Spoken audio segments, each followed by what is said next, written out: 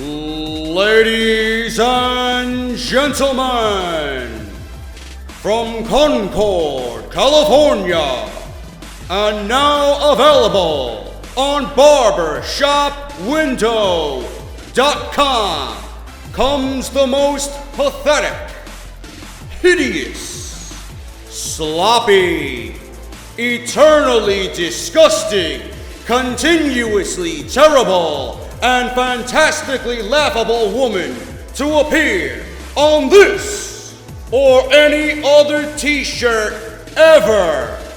Treat yourself to all red everything. Get off my TV, Eva Marie.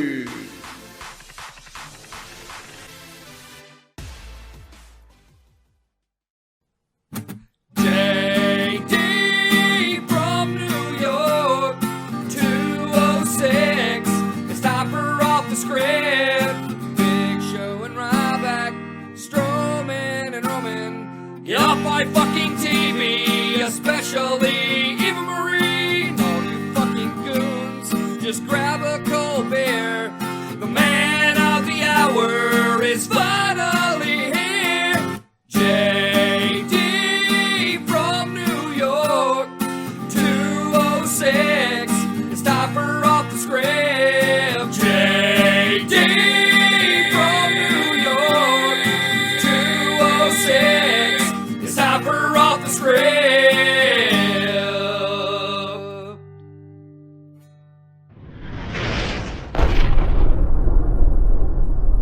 What is going on, guys? JD from New York here on this is part number 4 of episode 132 of the number 1 fucking podcast in your subscription boxes right here on YouTube.com.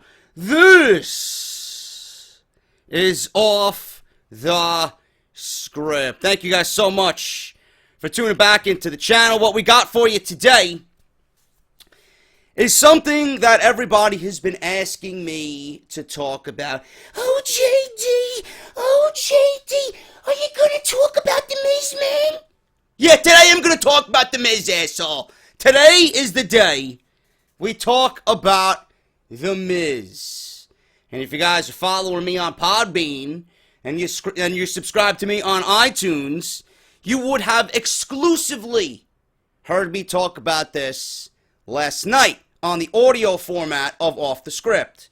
So if you guys are following me on Podbean and subscribed to me on iTunes, you would have heard my opinion on this already. So I hope you guys enjoyed that little exclusive on the audio version of this very podcast, man. But today we're going to talk about it here on YouTube.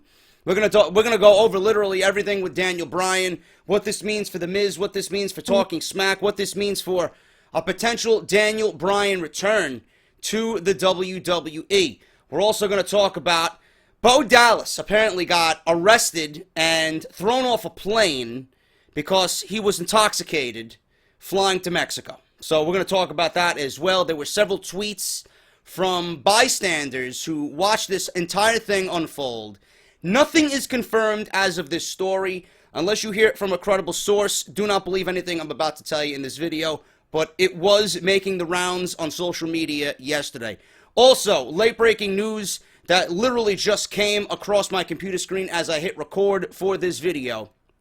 Brie Bella teasing a return to the WWE. Could this coincide with Daniel Bryan coming back to the WWE, man? A lot of stuff to go over in this video. Before I do that, I want to thank each and every one of you for reaching out to HORSESIXZERO and sending him your thoughts and prayers and good vibes. He reached out to me via DM on Twitter yesterday, and it means the world to him, man. So thank you guys so much for taking care of that for me. We are one big family here, man, and if one of our guys goes down, we all collectively join together and try and do good, man. That's what I love about this very show. If you guys want to pledge to the show, man, patreon.com/JD from NY206. Never an obligation, only if you want to, man. If you support the podcast, if you enjoy what you hear, if you want to make a contribution, patreon.com/JD from NY206. Thank you to all who continue to pledge on a weekly basis. Thank you guys so much for that. If you don't want to pledge, you can certainly support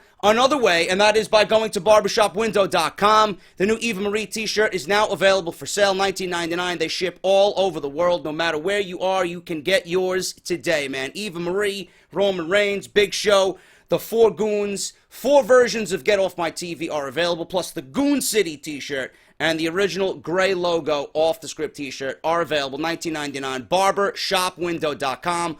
All you got to do is type in Off The Script or go to the main menu, drop down, you're going to see wrestling shirts and official partners. We are an official partner of Barber Shop Window, man. There's no better product for t-shirts than ProWrestlingTees.com.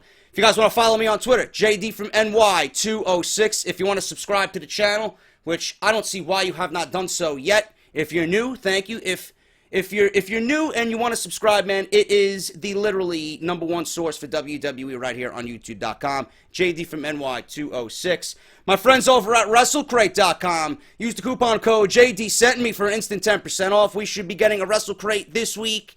An unboxing will happen hopefully this weekend for episode 133. So make sure you guys check those guys out as well. My friends over at WrestleCrate. Again, coupon code JD sent me.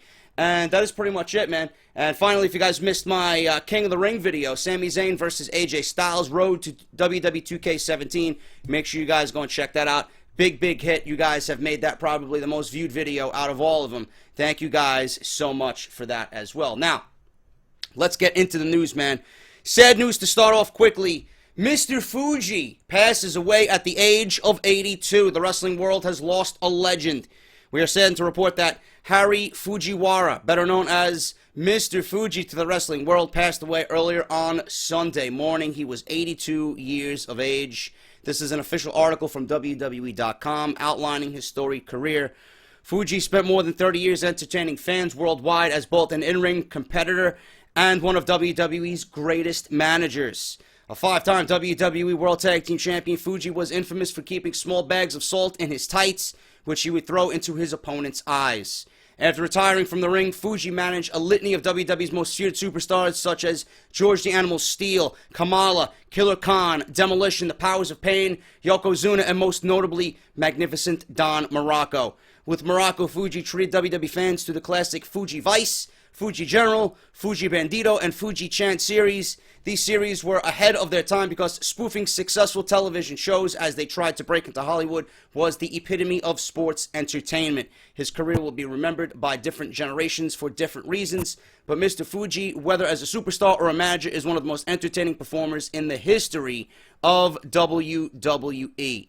So, Mr. Fuji passes away at the age of 82. Our condolences here on Off The Script goes out to his friends and family. Certainly one of the greatest of all time, and all I can think of is now Yokozuna and Mr. Fuji once again reunite. Former WWE Champion Yokozuna and Mr. Fuji reunite once again, man. Very, very sad. Mr. Fuji passes away at the age of 82. One of the greatest managers of all time. Again, passes away at the age of 82, man. Our condolences go out to his friends and family. Mr. Fuji, man, one of the greatest ever. So that is definitely sad news. I wanted to let you guys aware, or make you guys aware of that. That happened Sunday morning. Also, what happened just literally minutes ago, something coming across my computer screen, is that Brie Bella is teasing a return to the WWE. Brie Bella officially retired as an active competitor after WrestleMania 32. During a 5-on-5 tag team match, Brie got the submission victory and was lifted onto the shoulders of her peers as she called it a career. Brie is still being featured on some WWE programming, including Total Divas and Total Bellas. She'll always be a part of the WWE family, but there is always the possibility of her getting back in the ring someday. According to a recent report from DailyWrestlingNews.com, Brie Bella took to social media to tease a potential return to WWE programming after last week's SmackDown. Nikki Bella just returned from a serious neck injury. Before she could even have her first singles match, Carmella attacked the former Divas champion and made it a point to continue the beatdown after that to make a statement. Shortly after the attack on her sister, Brie Bella took to Twitter and posted the following warning about Brie mode being activated. She said, and I quote, "Oh, hell no, at Carmella WWE. Hashtag Brie mode is about to get activated. Hashtag SmackDown Live. Hashtag damn. Hashtag Fearless Nikki." Unlike most WWE superstars, Brie Bella retired without any serious injuries that we know of, so the possibility for her to get back in the ring for a feud or a match isn't that out of left field. Not sure if anybody cares about Brie Bella getting back in the ring. I know she retired because she wanted to spend more time with Daniel Bryan, potentially settle down and have kids. Now with Daniel Bryan on the road with WWE for SmackDown every single Tuesday, I don't know how likely that's going to be. She could very well come back. I mean, it's got to be tough for her to see Nikki make strides to come back and finally get back in the ring and do what she loves, and then Brie seeing her sister do the same thing. You know, it's like, you know, what's going on here, man? I kind of miss it now. I see Nikki making all these strides to come back, and she's healthy again, and she's back in the ring, wrestling and competing for championships now at Backlash and the Six Pack Challenge. Brie probably thinks, you know what, I'm still good to go, man. I miss it too. I wanted to step away. You know, my sister was leaving. My sister, you know, was very questionable with her health. You know, the Bella twins were going to go on a different path and make a new name for themselves in reality television and, you know, possible movie roles. And now Nikki's back in action. Brie is kind of getting that feeling again that she wants to get back in there. I wouldn't be surprised if we see Brie Bella back in the WWE, man, but on SmackDown. I would not be surprised whatsoever. And I don't know if this has anything to do with Daniel Bryan possibly getting back in the ring, but we'll talk about that in a little bit. But the reports are that Nikki possibly teasing a return to the WWE. I know I really don't care. I was never a big fan of the Bella Twins. Nikki certainly adds depth to the SmackDown women's division.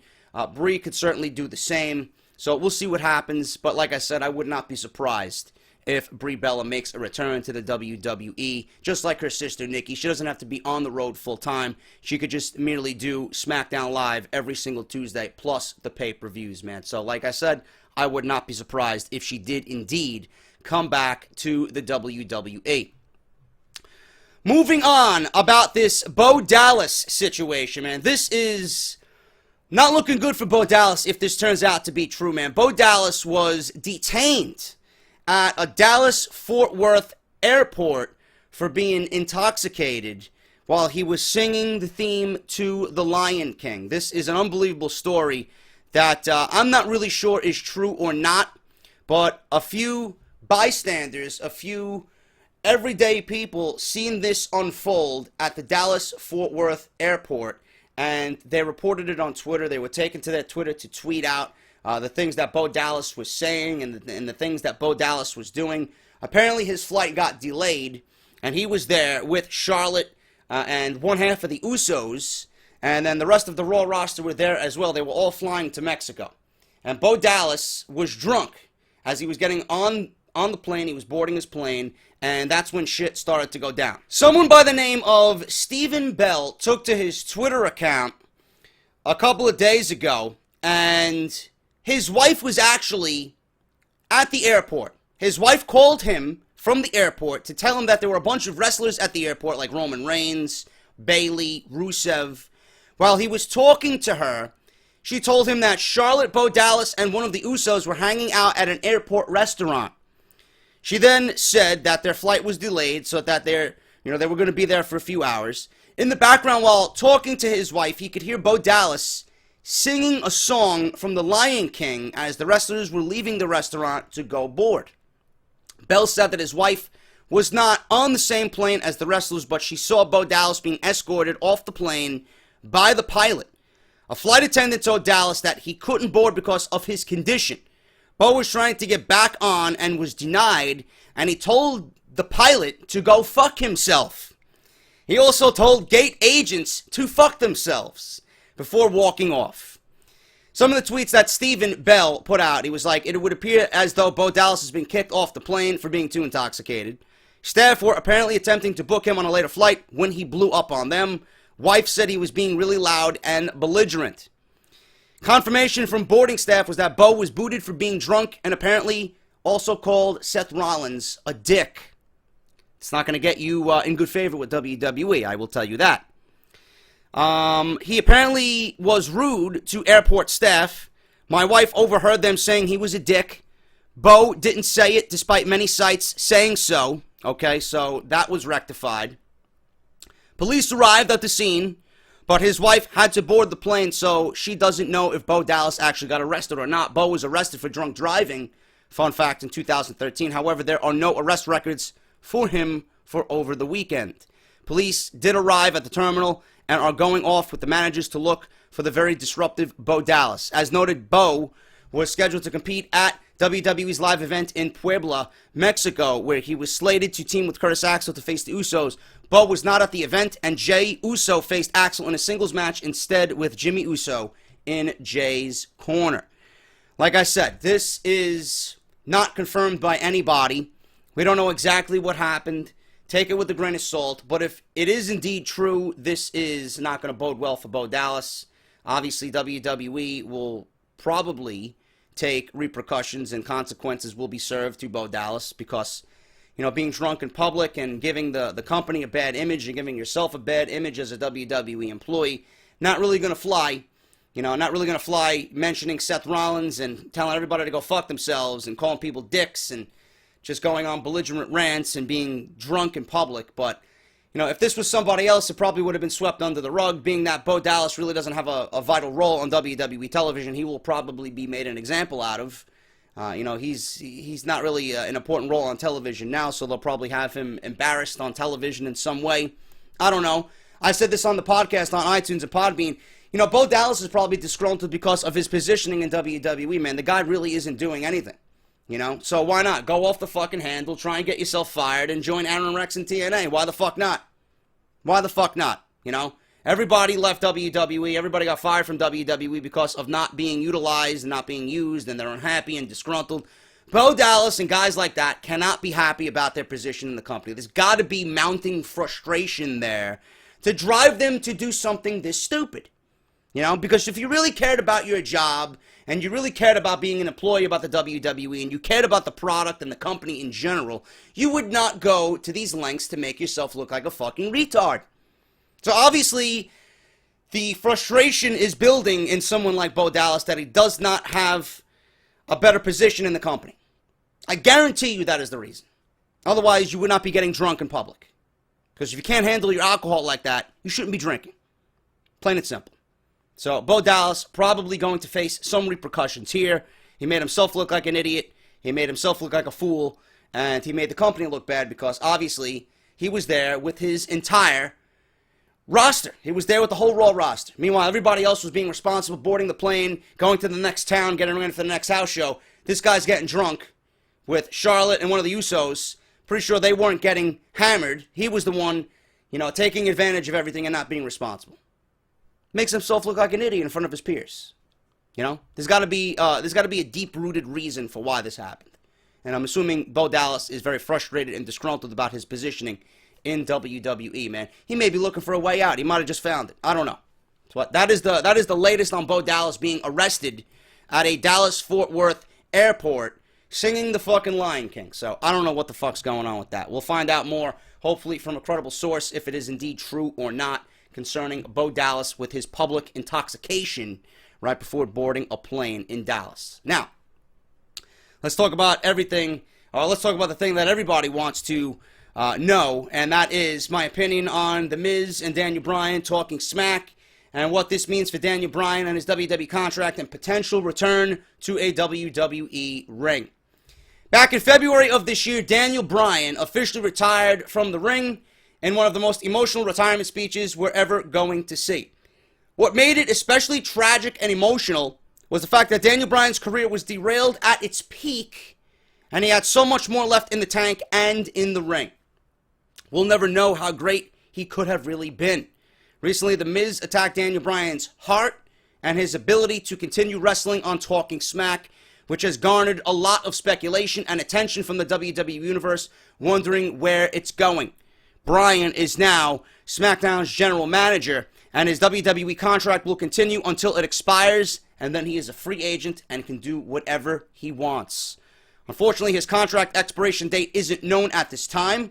It's being reported that Daniel Bryan will have the chance to continue wrestling for promotions like New Japan Pro Wrestling for a lot more money than he is making in WWE right now. But his safety is obviously at risk.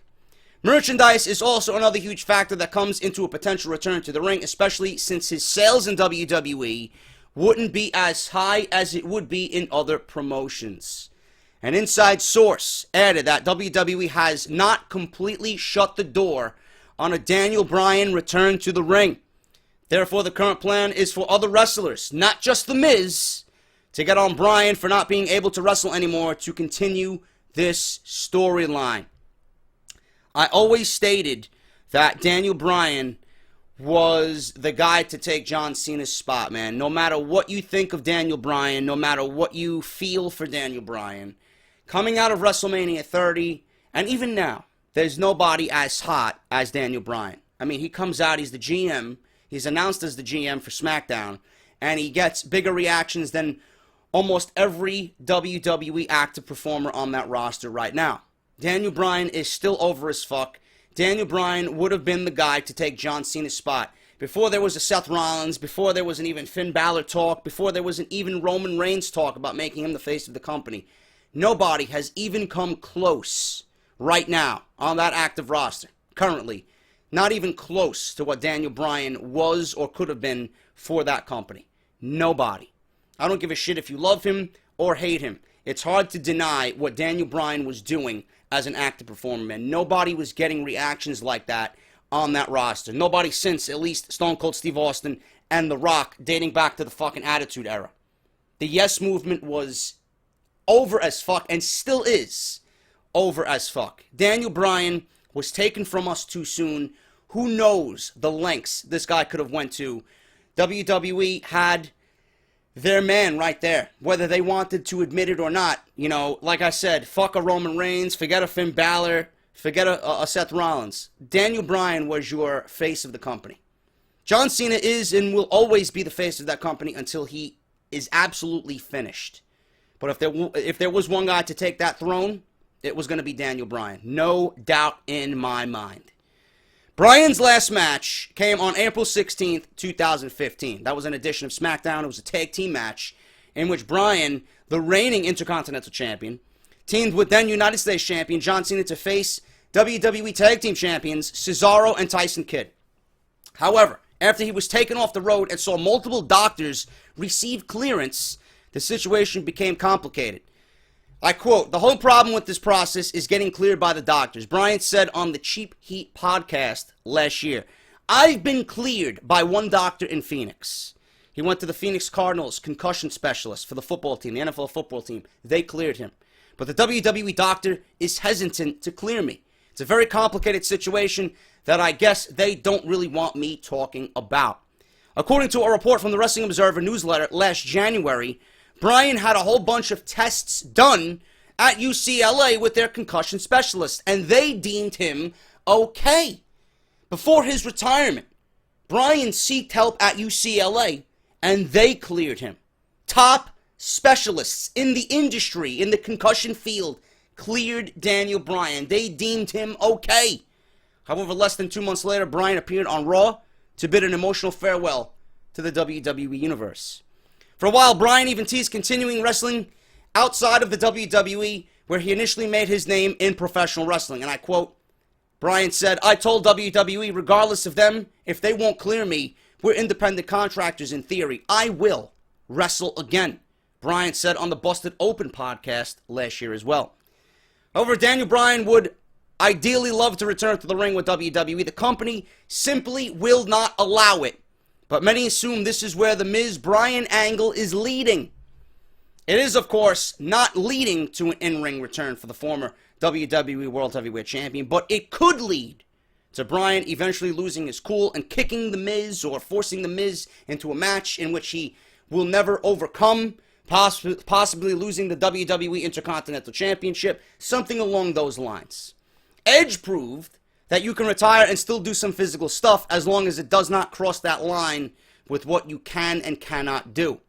However, Ringside News claims that Bryan may very well return to the wrestling world when he leaves the WWE. The idea is that he could make a lot of money away from WWE once his contract comes up, as the company would only sign him to a smaller deal than the one he's in now because he is no longer wrestling. It's obviously understandable on WWE's part that they are not going to pay a GM what they would pay a main event talent. There is no sensible argument to say that they should. Ringside News also claims that Daniel Bryan would be making more money main eventing in New Japan Pro Wrestling. In fact, on top of this, he would make a lot more money on merchandise sales, as WWE could not take a large cut like they do now, so Bryan would get a lot more of the deal as far as merchandising goes. Basically, from an economic standpoint, Daniel Bryan would make a lot more money away from the WWE and would certainly have more fun as he could actually wrestle. You know, this New Japan talk is very funny, and I mentioned this on the podcast. You know, WWE raided New Japan. This is no secret. They got Nakamura, they took Styles, Gallows, Anderson. They pretty much disbanded or disassembled the Bullet Club. You know, it was pretty much done and over with. They took Styles, Anderson, and Gallows. They even plucked Nakamura from New Japan. WWE has been very vocal as of late that they want Kenny Omega. I don't watch New Japan, but I know who and what Kenny Omega is to that company. I know what Kenny Omega brings to the table. Kenny Omega, you know, has stated that he won't go to WWE.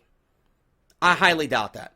You know, Kenny Omega will go where the money goes, because there's no doubt in my mind that if you're in the wrestling world and you know you are the greatest on the planet, you want to be compensated for that. You want to be paid what you deserve, or what you think you deserve.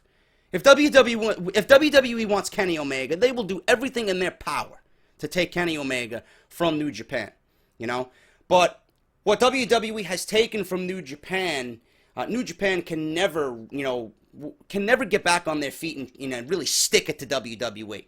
You know, taking Daniel Bryan would be a nice shot in the face to WWE if New Japan can take Daniel Bryan.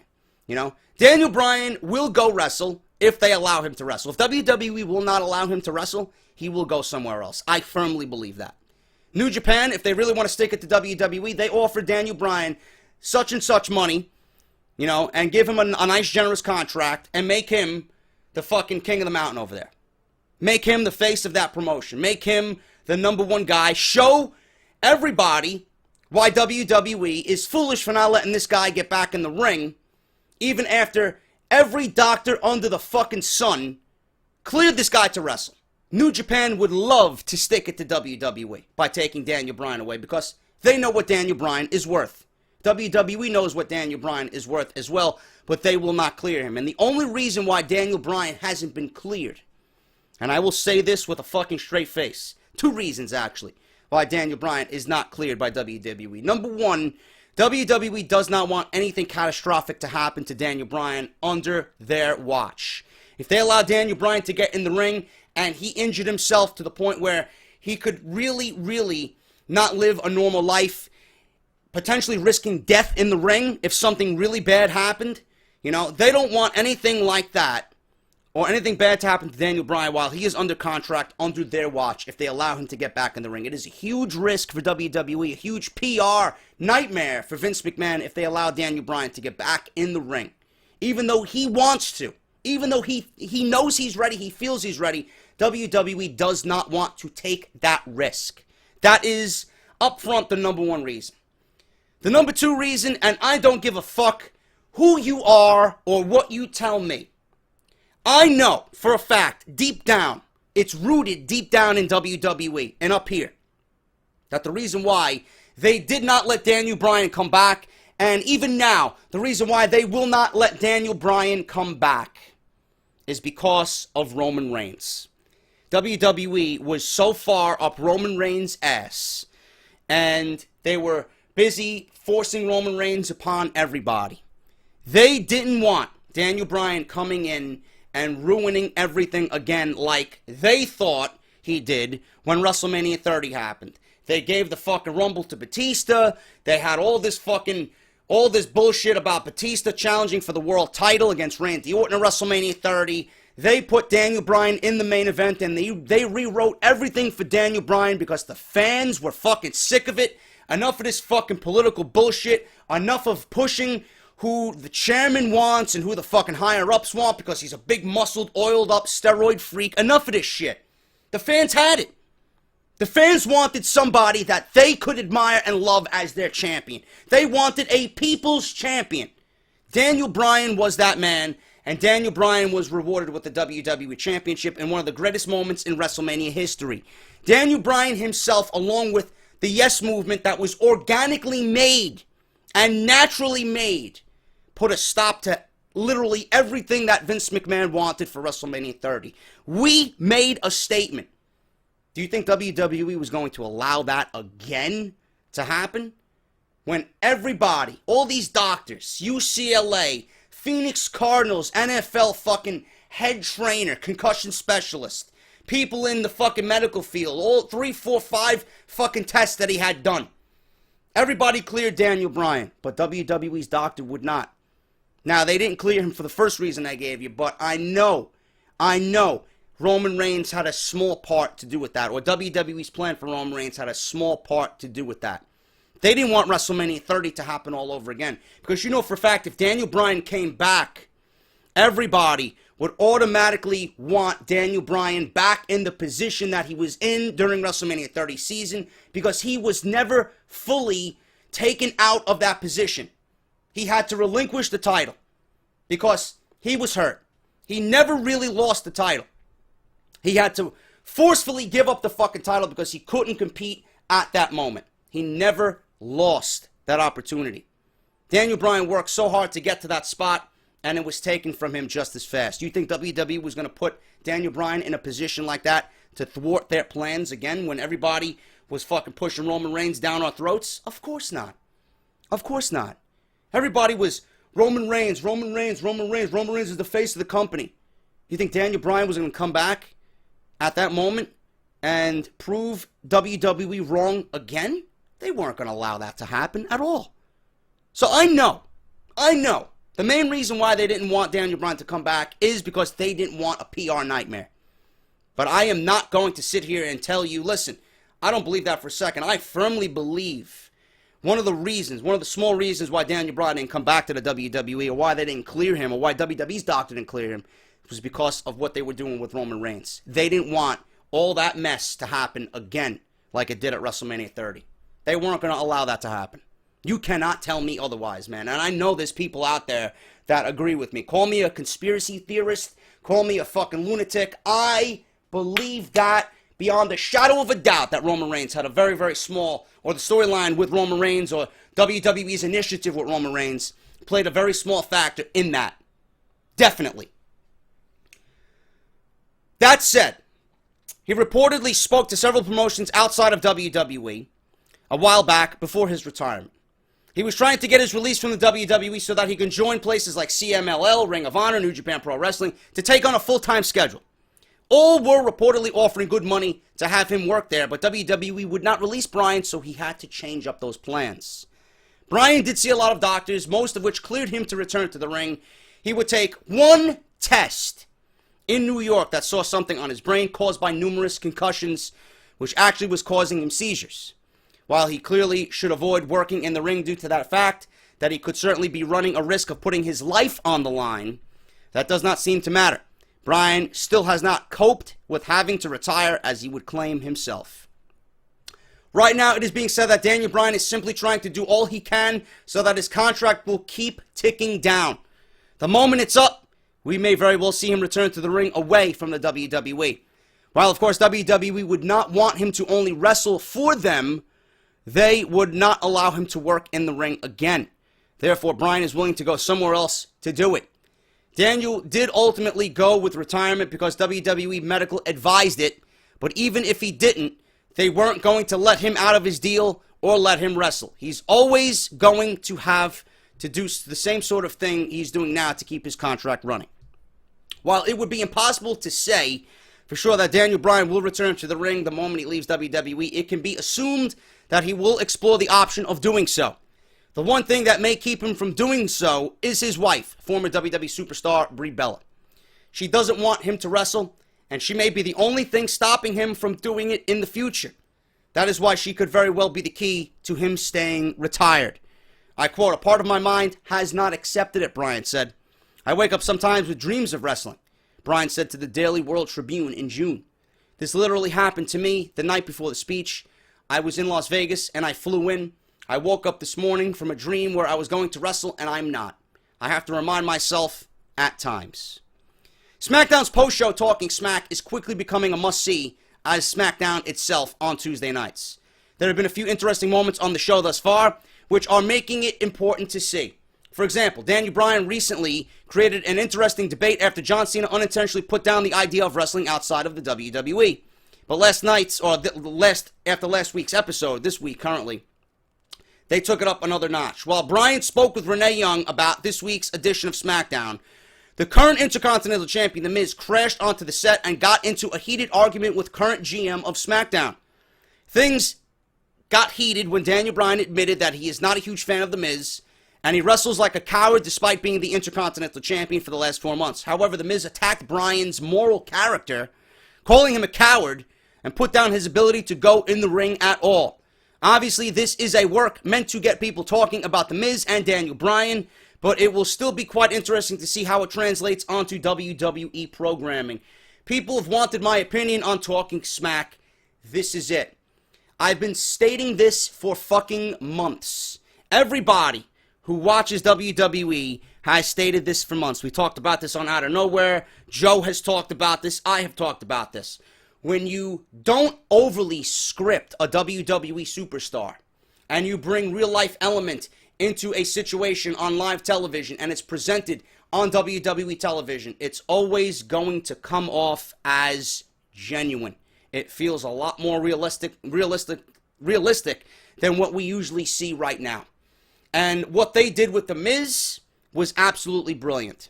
Back in the day, The Rock, Stone Cold Steve Austin, even CM Punk, they were never given scripts. They were never given fucking, papers to read over and recite and memorize and then go out there. When you do that to somebody, it just waters down and fucking devalues everything you're trying to accomplish. You cannot have a fucking guy in the back write a promo for a WWE superstar. It's not going to translate. That guy does not know that character inside and out. If you give them bullet points to go over and they can pretty much devise what they want to say while maintaining what they're trying to say within the guidelines of WWE, it will be a little bit more natural. Maybe these guys won't come off sounding like fucking robots every single fucking week. Now, what they did with The Miz on Talking Smack and what they did with Daniel Bryan, obviously, the only ones that were in the know about it were Daniel Bryan, The Miz, Maurice, and everybody who's in creative. That would be Triple H, Vince McMahon, Shane McMahon, everybody that has a say, and everybody that was directly involved with what happened on Talking Smack were in the know. Renee Young was not in the know. Okay? Her reaction, clear as day, she didn't know what the fuck was going on. Now, usually I am decent at picking out what is a work and what is a shoot. Okay? I honestly was fooled. I was fooled by this. A lot of people were fooled. And the reason why I was fooled was because of, number one, Renee Young. And the second reason why I was fooled was because of what Daniel Bryan said. And he mentioned, well, I would come back if they allow me. Talking about WWE Creative and WWE higher-ups and the medical staff. I would come back, yelling to The Miz, I would come back if they allow me. I was like, what the fuck is going on here? Obviously, I was fooled at that. Because I didn't think Daniel Bryan would go to the lengths to say something like that. And they had everybody. They got everybody. Everybody watching at that moment were like, what the fuck is going on here? But in the end, obviously, if it made live television, if it was uploaded to their YouTube channel, if this is something that everybody's talking about the next day, this was obviously planned. And the reason why this happened is I don't think this is going to lead to a Daniel Bryan return to the ring. I'm not going to sit here and bullshit you guys. I hope it does. I hope WWE allows Daniel Bryan to get back in the ring because it is not fair that we are to be without Daniel Bryan for all these years when he's in the midst of his prime. If the guy wants to come back and he's fucking cleared by every doctor under the sun, give him the opportunity to come back. Give him that opportunity to come back. I know it's a huge risk, but if he wants it, give it to him. More doctors than not cleared him to wrestle. I would take that chance. I honestly would take that chance. Do I think this is going to lead to his in-ring return? No. Do I think he's going to have some type of physical role in what happens with The Miz further down the line here to build this storyline? Yes. Whatever that might be, I don't know. But what this entire segment planned to do is, number one, get Talking Smack over. Now, because of this, right, because of what happened on Talking Smack, literally everybody, even right now, is still talking about how The Miz was fantastic, how Bryan was fantastic, one of the best segments all year on WWE television. WWE wanted to make sure you knew what Talking Smack was. And now it's living up to the fucking name. Do you see what happened with The Miz and Daniel Bryan? You see the name of the show, Talking Smack? It is now coinciding with what is going to happen on this show. It is going to give you a sense of unpredictability. If you didn't know what Talking Smack was now after what The Miz and Daniel Bryan did, now you know what Talking Smack was, or is. So WWE, success. You're not going to miss Talking Smack anymore. Every Tuesday when fucking SmackDown goes off the air on USA Network, you're turning on WWE Network and you're watching Talking Smack. No question. Because of what happened here. Success for WWE. Now they got everybody talking about Talking Smack. Number two, The Miz needed this. The Miz has never looked good, or this good as I should say, in his entire 10-year WWE career. Not only did The Miz need this, The Miz is being brought back into relevancy. The Miz is being talked about for the first time in his WWE career since winning the fucking WWE Championship and cashing in that Money in the Bank when he did so. People are talking about The Miz. The Miz has a natural feeling to him when he's on the microphone. He obviously proved how good he is on the microphone that night on Talking Smack. The Miz now is being talked about. This is great. The Miz being talked about. Obviously, the Intercontinental Championship is on The Miz. Coincides together. The Miz Intercontinental Championship, people now can appreciate the work of The Miz. It brings the Intercontinental Championship into the limelight again. And hopefully it brings it back into some sort of irrelevancy on WWE television because it's been literally absent on television, on SmackDown. I mean, The Miz is holding the second most important title in this company. Why is it not being spotlighted on SmackDown each and every week? Hopefully what this does is not only brings The Miz back into relevancy as a mid-card champion, but it brings the Intercontinental Championship back into relevancy. People are talking about The Miz, and that's exactly what it was supposed to do. Daniel Bryan played into all this, but it was all about The Miz, getting him over as an Intercontinental Champion and as a threat on the microphone, and it got people talking about Talking Smack.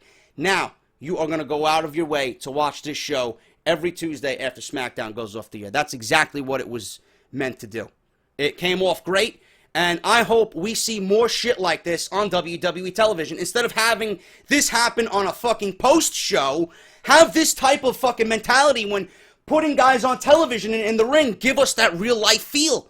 You seen how well this came off? You seen how everybody was fucking throwing shit up in the air, raving about how great this was? Can you imagine this on fucking actual television? I would absolutely love it. Do not overly script your superstars. Give them bullet points and let them run with it and be creative with their characters as long as they stay within the guidelines. I don't like anybody going out there sounding overly robotic and unnatural as if he's fucking just reciting lines given to him by a fucking writer, man. This was none of that. This was absolutely fucking brilliant with everybody involved.